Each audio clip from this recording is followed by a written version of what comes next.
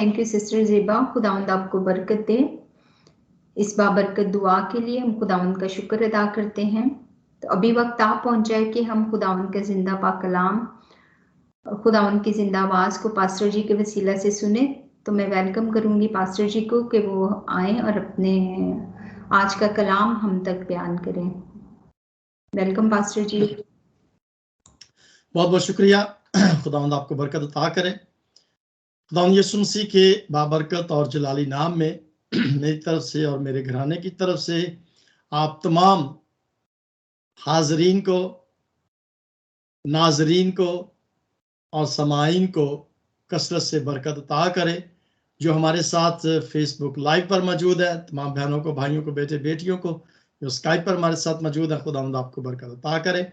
मेरे जो आज आप सब जानते हैं कि मैंने सैटरडे को कहा था कि शायद मैं मंडे को ना आपके साथ इबादत हमारी ना हो सकेगी, लेकिन ये खुदावंद की मर्जी थी कि मेरी 2-3 जगह पर मुझे जाना था, लेकिन खुदावंद का शुक्र है कि मैं खैरियत के साथ घर पहुंच गया हूं और हम ज़रूर खुदावंद के पाक कलाम को सुन सकते हैं। बड़े अच्छे प्यारे गीत जो है सब ने ज़बूर गीत गाए हैं, कलवरी के हवाले से भी गाए हैं, ज़बूर भी गाए हैं और बड़ा अच्छा लगता है जब हम मिलकर उसकी प्रस्तुत करते हैं। अभी सिस्टर ज़ेबा भी गाना चाहते थे, भाई परवेज हमारे साथ हैं, सिस्टर मलिया, सिस्टर उल्फत गाना चाहते थे, लेकिन मेरा ख्याल है कि वक्त की कदर करना जो है ये खुदा हमें सिखाता है, तो बहुत ज़रूरी है। लेकिन मैं खुश इस बात का हूँ कि कहा गया था कि शायद मंडे को इबादत ना हो सके, लेकिन आप सब यहाँ पर मौजूद हैं और मेरा ख्याल 14-15 के करीब आईडीज हमारे साथ आज मौजूद है। सो आप तमाम बहनों को, भाइयों को, बेटे बेटियों को, खुदा उनके खादमों को दिल की गहराइयों से खुश आमदीद वेलकम कहते हैं और शुक्र करते हैं कि ये वक्त खुदा ने हमें दिया है और मेरा नहीं ख्याल कि कोई भी इस वक्त को खोना चाहता है। और ये आपकी मोहब्बत है खुदा के साथ कि आप अपने हिस्से की बरकत को खोना नहीं चाहते। सो मंडे के रोज हम बाइबल स्टडी करते हैं, लेकिन जब कोई पासबान नहीं होता तो मुझे अगर मौका मिल जाता है बोलने का तो फिर मैं बाइबल स्टडी कराता हूँ, मिसाल की किताब का मुतालिया कर रहे हैं। So thank you very much, खुदावंद आपको बरकत अता करे। मेरे जो मुतालिया का मजा तब ही आता है जब हम उसको ना सिर्फ बगौर सुनते हैं बल्कि जब हम उसमें पार्टिसिपेट करते हैं, उसमें हिस्सा लेते हैं और उस चीज को मजीद और समझने के लिए या उसे मजीद और समझाने के लिए हम अपने अपने कॉमेंट्स जो हैं उनको उसमें शामिल करते हैं। कोई बता सकता है कि लास्ट टाइम हमने किस मखलूक के बारे में सीखा था? जुमेरात का दिन था, पास्टर जहाज़ेब हमारे साथ नहीं थे, लेकिन हमने एक मखलूक थी जिसके बारे में हमने सीखा था। खुदा के बंदा सुलेमान ने जी कौन बताएगा? सिस्टर सरील। पास्टर जी चिड़िया के बारे में। ओके, मैं थोड़ी सी खांसी लग रही थी तो मैं पानी पिया। जी चिड़िया के बारे। और sister Nita? Pastor ji I think आपकी चुंटी की कोई ओके राइट, बिल्कुल ठीक है। हमने परिंदों के बारे में भी सीखा था, चिड़िया के बारे में भी सीखा था, हमने चींटी के बारे में भी सीखा था कि खुदा हवा के परिंदों को ना वो बोते हैं ना काटते हैं, फिर भी उन्हें खुराक देता है। चींटी कितनी मेहनत करती है और वो सर्दियों में खुराक बैठ के आराम से खाती है क्योंकि वो गर्मियों में जमा करती है। और खुदा उनका बंदा सुलेमान कहता है कि काहिल सुस्त क्या कर, चींटी के पास जा और उसकी रविशों पर, उसके तौर तरीके पर, उसकी तर्ज जिंदगी पर गौर कर और दना बन जा, हिकमत हासिल कर। बहुत शुक्रिया। मैं ईमान रखता हूं कि हम सब बड़े गौर के साथ सुनते हैं, बल्कि मैं कहूँगा कि हम बड़े गौर के साथ कलाम को सीखते हैं और ये अच्छी बात है कि हम कलाम को सीखें। मैं आपको सच्ची बात मैंने उस दिन भी बताया था कि मैं खुद इसको सीख रहा हूँ। ये फर्स्ट टाइम है कि मैं इंसान की किताब का बगौर मुतालिया कर रहा हूँ और मेरी कोशिश है कि मैं कम से कम मिसाल की किताब को अपनी हयात में सीख लो, क्योंकि वक्त का तो कोई पता नहीं है ना कि कब इंसान ने चले जाना है, लेकिन कोशिश है कि हम इस मिसाल की किताब को समझ लें, सीख लें, अकल और दनाई और फहम को हासिल कर लें, और जहां तक हो सकता है हम दूसरों को भी इसके बारे में। जी, आज हम सीखेंगे मिसाल उसका छठा बाब। हमने मेरा ख्याल 6वीं 7वीं 8वीं आयत तक हमने देखा था, और 9वीं आयत जो थी उसको मैंने कहा था कि हम देखेंगे। 8 आयत तक हमने सीखा था, और 9वीं आयत के बारे में मैंने कहा था कि warning to the lazy man, सुस्त आदमी के लिए क्या हो जाएगी, एक अंतबा, एक खुशियारी, एक जिसे कहते हैं हदायत दे दी गई थी कि भाई वार्निंग है, अगर आप ऐसा कर लोगे तो आप बच जाओगे, अगर नहीं करोगे अंतबा होता है, हम सब जानते हैं। ओके, हम पढ़ते हैं जी, कोशिश करते हैं, कम से कम 3 याद तो हम डेफिनेटली कोशिश करते हैं कि हम सीख लें। अगर कोई पढ़ना चाहता है, मेरी बहन या भाई कोई भी पढ़ना चाहे, तो मिसाल किताब उसका 6ठा बाब और उसकी 9वीं 10वीं और 11वीं 3 आयात को पढ़ ले। आज हवाले जात बहुत है, क्योंकि आज मेरी तैयारी नहीं है, आज हम सब ने मिलकर सीखना है। जी पासक जी, मैं जी पास पढ़ती हूँ। जी, सिस्टर समर आप पहले पढ़ें, उसके बाद सिस्टर नसरीन को फिर मैं नेक्स्ट हवाला जो है वो दूंगा। Sister summer. के जी, खुदावंद के जिंदा कलाम में से इमसाल की किताब उसका 6ठा बाब उसकी 9वीं आयत से उसकी पासक जी कहाँ तक 13वीं आयत तक 11 आयत। खुदावंद का जिंदा कलाम फरमाता है, ए काहिल तू कब तक पड़ा रहेगा, तू नींद से कब उठेगा, थोड़ी सी नींद एक और झपकी, जरा पड़े रहने को हाथ पर हाथ, इसी तरह तेरी मुफलिसी रेजान की तरह और तेरी तंग दस्ती मुसल्ला आदमी की तरह आ पड़ेगी। पाकलाम का पढ़ा और सुना जाना हम सब के लिए बाइस बरकत हो। आमीन आमीन आमीन। Thank you very much sister summer, खुदावंद आपको बरकत अता करे। आज बड़ा प्यारा गीत जो है क्यूरिया ने और कैरोलिन ने मिलकर आपके साथ गाया है, खुदावंद आपको बरकत दे। जी, ऐ काहिल तू कब तक पड़ा रहेगा, तू नींद से कब उठेगा। किस चीज के बारे में बात हो रही है? काहिल के बारे में। और काहिल जो है वो क्या कर रहा है? बड़े आराम के साथ सो रहा है।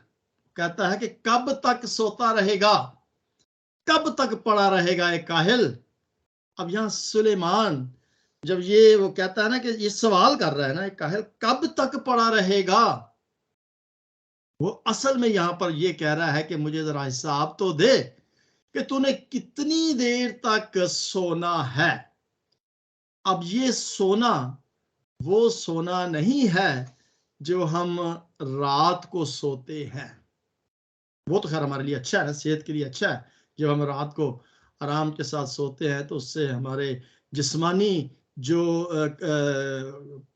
दर्द होती है जिस्मानी तौर पर, उन टिश्यूज को फिर से दोबारा रिन्यू करने के लिए सोना बहुत जरूरी है, थकावट को दूर करने के लिए। सारा दिन बंदा काम करता है और रात को जब सोता है तो फिर से वो रिचार्ज हो जाता है और फिर सुबह काम करता है। ये सोना कोई और सोना है।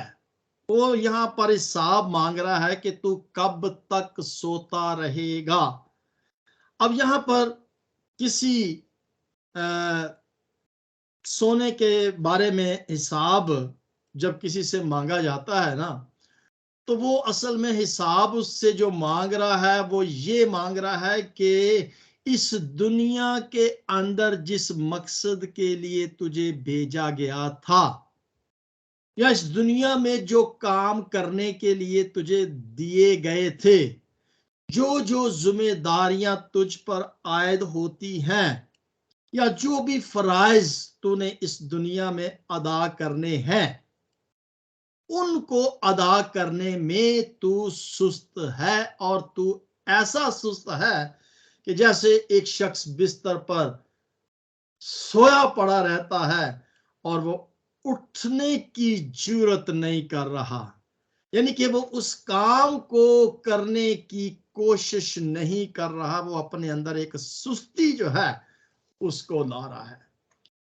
मेरा ख्याल है कि हम सब ने इस चीज को अपनी जिंदगी के अंदर जरूर महसूस किया होगा, या बाज़ औक़ात हमारे अंदर ऐसी सुस्ती, काहली जो है वो आ जाती है, शायद थकावट की वजह से, और हो सकता है कि थकावट ना भी हो, कोई और अबलीस की तरफ से ही कोई हमला हो और हम उस काम को करने से कोई इनकारी कर जाते हैं। बहुत सारे काम हैं जिसके बारे में यहां पर खुदावंद का बंदा जो है वो फरमाता है। मेरे अज़ीज़ों, काम तो खैर जिंदगी के कभी खत्म नहीं होते, और खास तौर पर जब मैं गौर करता हूं अपनी बहनों पर, खवातीन पर जब मैं गौर करता हूं, तो जो खवातीन अपनी अपनी जिम्मेदारी को बड़ी वफादारी के साथ निभाती हैं ना, वो आप ही जानते हैं और हम सिर्फ देखकर तो रश की कर सकते हैं कि घर का काम, बाहर का काम, बच्चों की जिम्मेदारी, शौहर की जिम्मेदारी, और पता नहीं घर के तो बेशुमार काम होते हैं जिनको हर रोज करना पड़ता है। मैं समझ सकता हूं, लेकिन शुक्रगुजारी इस बात की है कि बहुत सारी हमारी बहनें जो हैं वो वक्त निकालती हैं, अपने मसरूफ तरीन वक्त में से निकाल कर भी वो खुदा के हजूर में शायद 10 मिनट के लिए बैठे या आधे घंटे के लिए बैठे या जितनी देर भी उनके पास वक्त हो, बैठती हैं और खुदा के कलाम को वो सुनती हैं, सीखती हैं। ना बहनें नहीं बल्कि भाई भी हमारे साथ मौजूद हैं। हमारे बहुत सारे ऐसे जिम्मेदारियां हैं जो हमारे भाइयों पर होती हैं, मर्दों पर होती हैं, और वो उन तमाम जिम्मेदारियों को, खानदानी जिम्मेदारियां होती हैं, कलीसियाई तौर पर जिम्मेदारियां होती हैं, और उन जिम्मेदारियों को निभाने में वो पूरी वफादारी के साथ निभाते हैं। देखिए, काम खत्म नहीं होते, जिंदगी खत्म हो जाती है। काम खत्म नहीं होते, जिंदगी खत्म हो जाती है। लेकिन खुदावंद का बंदा आज ये फरमाता है कि जितनी देर तक इस जमीन पर हम जिंदा हैं, उन कामों को जरूर निपटा लें जो मैंने आपको जिम्मेदारी अता की है। जितनी देर भी हम इस जमीन पर जिंदा हैं, रूहानी तौर पर अगर हम इस चीज को देखें, हम एक मकसद के लिए इस जमीन पर जिंदा हैं। अगर खुदा ने हमें ये जिंदगी दी है तो इस जिंदगी के मकसद को हमने समझना है कि वो कौन कौन सी जिम्मेदारियां, रूहानी दुनियावी तौर पर तो हम अपनी जिम्मेदारियों को निभा रहे हैं और बड़ी खुशी के साथ निभा रहे हैं, बड़ी जिम्मेदारी के साथ निभा रहे हैं। लेकिन मैं आज खुदा उनका खादम होते हुए अपनी तमाम बहनों से, भाइयों से, बेटे बेटियों से जो हमारे साथ फेसबुक पर मौजूद है, या जो यूट्यूब पर इसको मैसेज को सुनते हैं, या स्काइप पर हमारे साथ मौजूद है, हम अपनी उन रूहानी जिम्मेदारियों को जो खुदा की तरफ से हमें दी गई हैं, दुनियावी जिम्मेदारियां भी हमें खुदा ने दी हैं, लेकिन वो रूहानी जिम्मेदारियां हमने कल, आप में से शायद बहुत सारे मेरे बहन भाई संडे को कल जो हम डिस्कशन करते हैं, फेलोशिप करते हैं, उसमें हमने पौलुस रसूल की जिंदगी पर गौर किया था कि उसका एक जो मिशन था, जो उसका मकसद था, उस मिशन को आगे लेकर वो जिस जिम्मेदारी के साथ बढ़ रहा था, शायद उतनी जिम्मेदारी के साथ खुदावंद यीशु मसीह के जो शागिर्द थे वो उतनी जिम्मेदारी के साथ, वफादारी के साथ पूरा नहीं कर रहे थे जितना वफादारी के साथ खुदावंद के बंदा पौलुस रसूल ने उस जिम्मेदारी को पूरा किया था।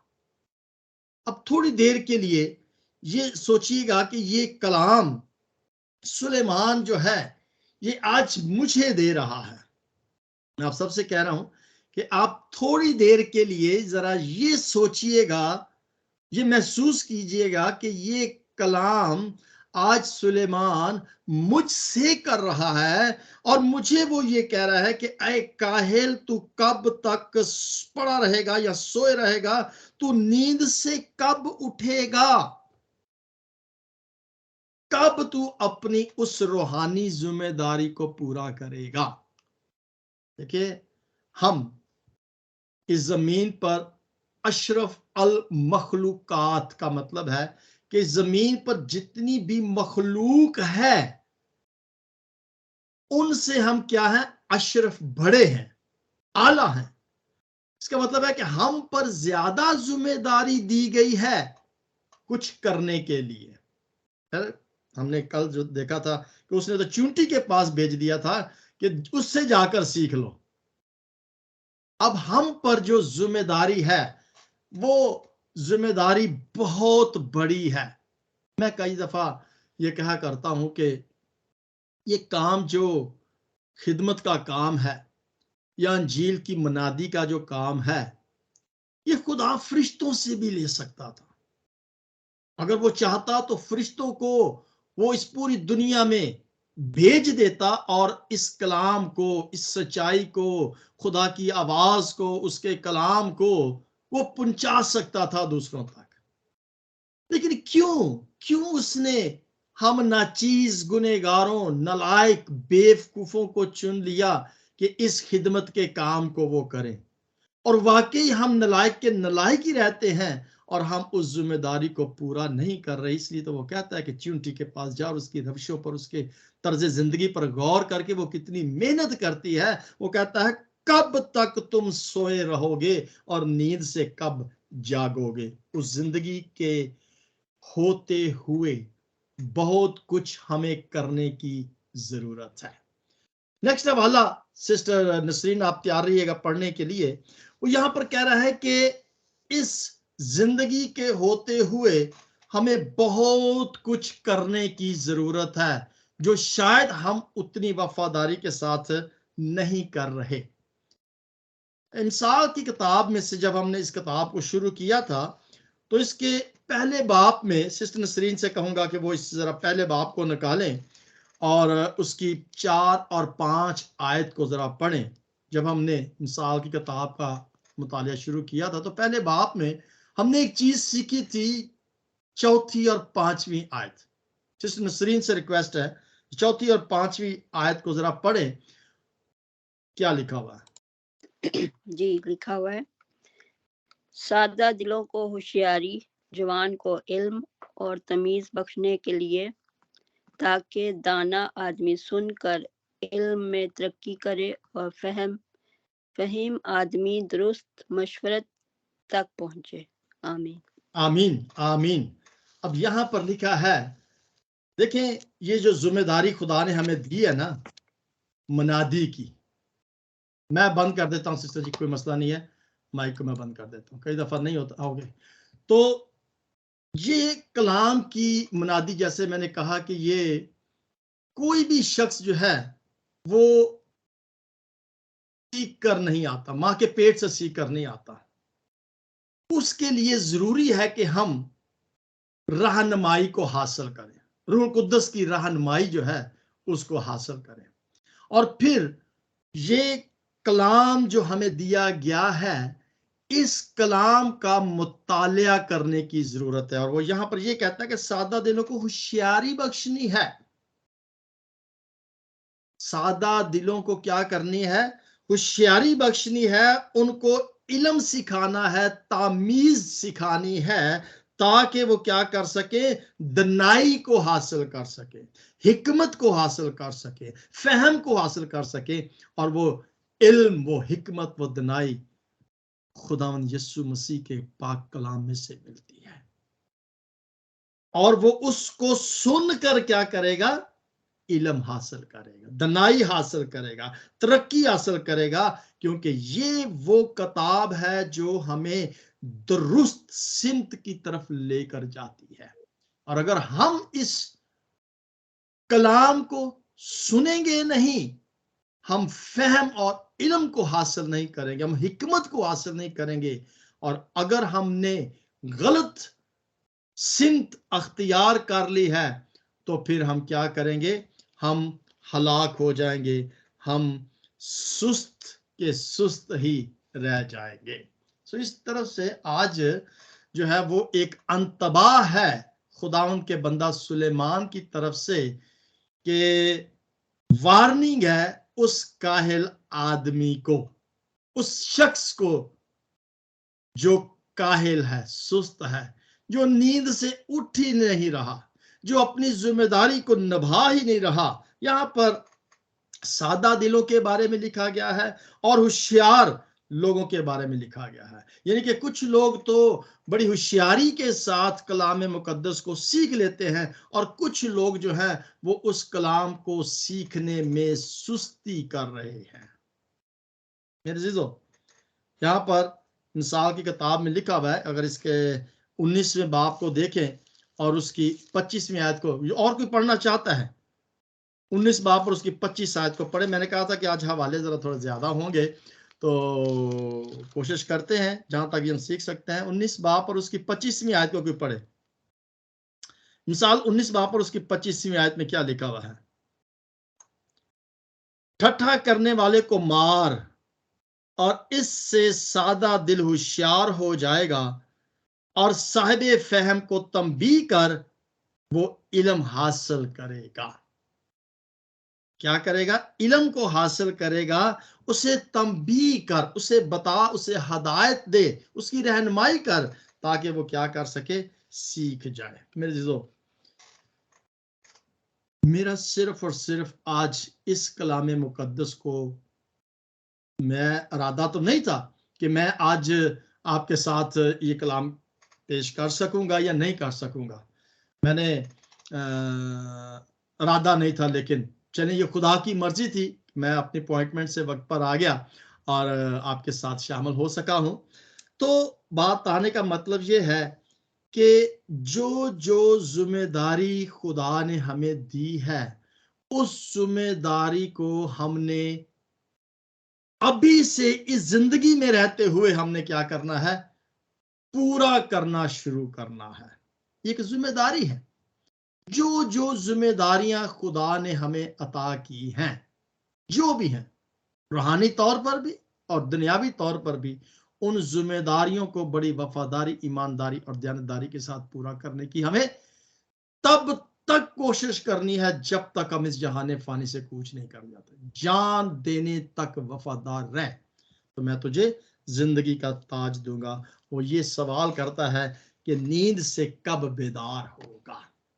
मेरे जीजो, अगर मैं इसको और सादा अल्फाज में कहूं ना कि नींद से कब बेदार होगा, तो इसका मतलब है कि हम कब खुदा के कलाम को पेश करने की जिम्मेदारी, मनादी, सादा अल्फाज कि मनादी करने की जिम्मेदारी को हम कब शुरू करेंगे, कब नींद से बेदार होंगे, कब हम इस काम को शुरू करेंगे, कब तक सोते रहे, कब तक डरते रहेंगे? मैं तो कुछ कर नहीं सकता। कर सकते हो, लेकिन हमें कलाम को सुनने की बहुत जरूरत है, कलाम को सीखने की जरूरत है, रूह कुद्दस की हदायत और मदद को मांगने की जरूरत है, और फिर हम अपनी उस जिम्मेदारी को पूरा करेंगे, नींद से जागेंगे। वो कहता है कि थोड़ा सोना नहीं है, सोना थोड़ा नहीं है, बल्कि ज्यादा काम करना है। थोड़ा सोना नहीं है, ज्यादा काम। सोना भी चाहिए, लेकिन कम सोएं और काम ज्यादा करें। ये दुनियावी बात नहीं हो रही, ये खुदा के पाक कलाम। ये मैंने बताया था कि मिसाल की किताब के अंदर बहुत लैंग्वेज जो इस्तेमाल की, वे सिंबॉलिक लैंग्वेज इस्तेमाल की गई है। सिंबॉलिक यानी कि समझाने के लिए चीजों को तशबीह जो है वो दी गई है। और वो यहाँ पर कह रहा है कि हमें बहुत सारा काम है जिसको करने की जरूरत है।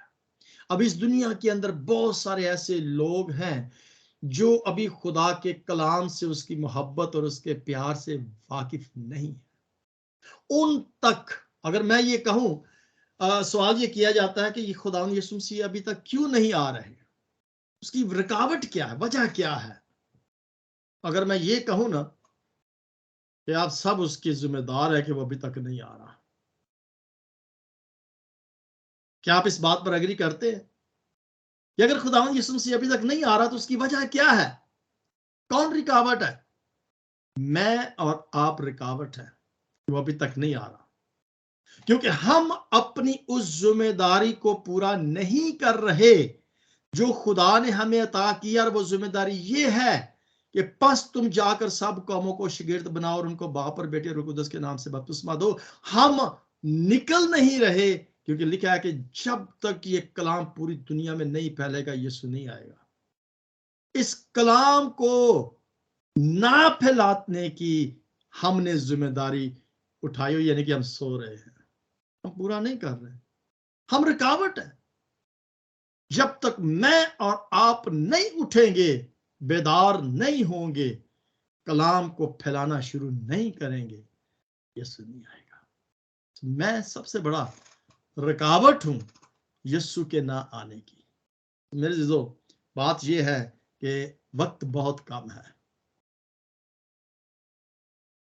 काम बहुत ज्यादा है, मजदूर बहुत है, फसल पक गई है, लेकिन उसको काटने के लिए मजदूर जो है वो अभी तक सोए हुए हैं, बेदार नहीं हो रहे। वो ये कह रहा है कि कब तक तू बेदार, नींद से कब बेदार होगा, कब उठेगा? थोड़ी सी नींद और एक और झपकी, जरा पड़े रहने को हाथ पर हाथ, और उसकी तरह तेरी मुफलसी राजन की तरह और तेरी तंग दस्ती मुसल्ला आदमी की तरह आ पड़ेगी। मुसल्ला आदमी कौन होता है? जिस मुसल्ला आदमी किसको कहा जाता है? एक फौजी को, एक फौजी को हर वक्त तैयार रहता जो हर वक्त, फौजी हर वक्त तैयार रहता है। अभी आप कभी आपको इत्तेफाक होगा, जो हर वक्त तैयार रहता है वो फौजी होता है, और वो कहता है कि हमें उस फौजी की तरह जो है तैयार रहने की जरूरत है। लेकिन एक बात जरूर मैं आखिर में, हमारे पास टाइम 26 मिनट हो गया, 1 मिनट ऊपर हो गया है, एक बात मैं आखिर में ये जरूर करना चाहूंगा। 20 बाब देखिए इंसाल की किताब में, उसके 20 बाब में, और उसकी मेरा ख्याल है कि मैं 1 मिनट देखूं जरा आयत कौन सी है। ये लास्ट आयत हम पढ़ते हैं, 20 बाब और उसकी 13 आयत को देखिए, निशान में लगाया, लिखा है ख्वाब दोस्त ना हो। ख्वाब, ख्वाब कहते हैं ना, ख्वाब नहीं, ये ख्वाब है। ख्वाब दोस्त ना हो। ख्वाब कब आते हैं? जब इंसान सो रहा होता है। कहता है नींद को दोस्त मत बनाओ, मुबादा तू कंगाल हो जाएगा।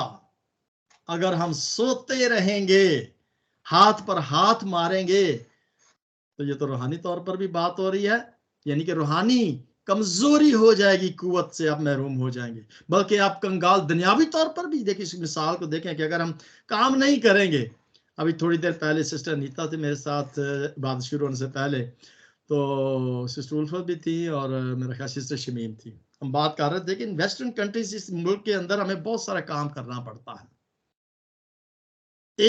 पाकिस्तान के अंदर चलो एक बंदा काम करे और 10 खा लेते हैं ना, अभी तो खैर नहीं, अभी महंगाई बहुत ज्यादा हो गई है। लेकिन इन यूरोपियन कंट्रीज के अंदर जब तक हर बंदा काम नहीं करेगा, वो गुजारा नहीं है। तो ना सिर्फ यूरोप की बात है, तो पाकिस्तान के अंदर भी ऐसा ही है। सो बात यह है कि कब तक हम ख्वाबगाह को दोस्त बनाएंगे? सोने का शौक जिन जिन को है ना, याद रखें कि वो कहता है कि तू क्या हो जाएगा? कंगाल हो जाएगा। अपनी आंखें खोल के तू रोटी से शेर होगा। यानी आंखें खोलने से मुराद है कि नींद से बेदार होगा तो तू क्या हो जाएगा? शेर हो जाएगा, रोटी तुझे मिल जाएगी। और अगर तू सुस्ती करेगा, काम पर नहीं जाएगा, तो रोटी कहां से खाएगा? इसको अगर रूहानी तौर पर अगर हम देखें, तो रूहानी तौर पर भी मेरे जीजो, अगर हम उस रूहानी कुव्वत के लिबास को हासिल नहीं करेंगे, तो हम रूहानी तौर पर हलाक हो जाएंगे। उस रूहानी खुराक को खाने के लिए हमें इस जिंदा पाक कलाम को पढ़ने, सुनने और समझने की जरूरत है। और उन तमाम जिम्मेदारियों को जो खुदा ने हमें अता की हैं, जिंदगी में हम इन चीजों को पूरा कर सकते हैं, मरने के बाद हम नहीं कर सकेंगे। मेरी आप सबसे ये दरख्वास्त है कि इससे पहले कि हम रूहानी तौर पर कंगाल हो जाएं, और दुनियावी तौर पर भी अगर हम कंगाल हो जाएं, इससे पहले हम क्या करें? कलाम मुकद्दस को पढ़े, उसे सुने, रूहानी तौर पर भी बेदार हो जाएं, जिस्मानी तौर पर भी बेदार हो जाएं, और अपनी जिम्मेदारियों को बड़ी वफादारी के साथ निभाएं। खुदा उनके जिंदा पाक कलाम के पढ़े और सुने जाने पर आप सब कसरत से बरकत हो। आमीन। आमीन। थैंक यू पास्टर जी इस खूबसूरत कलाम के लिए। और खुदावंद का शुक्र है कि खुदावंद ने हमें मौका बख्शा कि हम खुदावंद के पाक कलाम में से सीख सकें। और हमें ज़रूरत है कि हम इस वक्त हमें जागने की ज़रूरत है, ना कि हम सोए रहें बल्कि हम जागते रहें और खुदावंद के कलाम को अपने दिलों में बसाएं और उसे सीखने का खुदावंद ने हमें मौका दिया है पास्टर जी के वसीला से।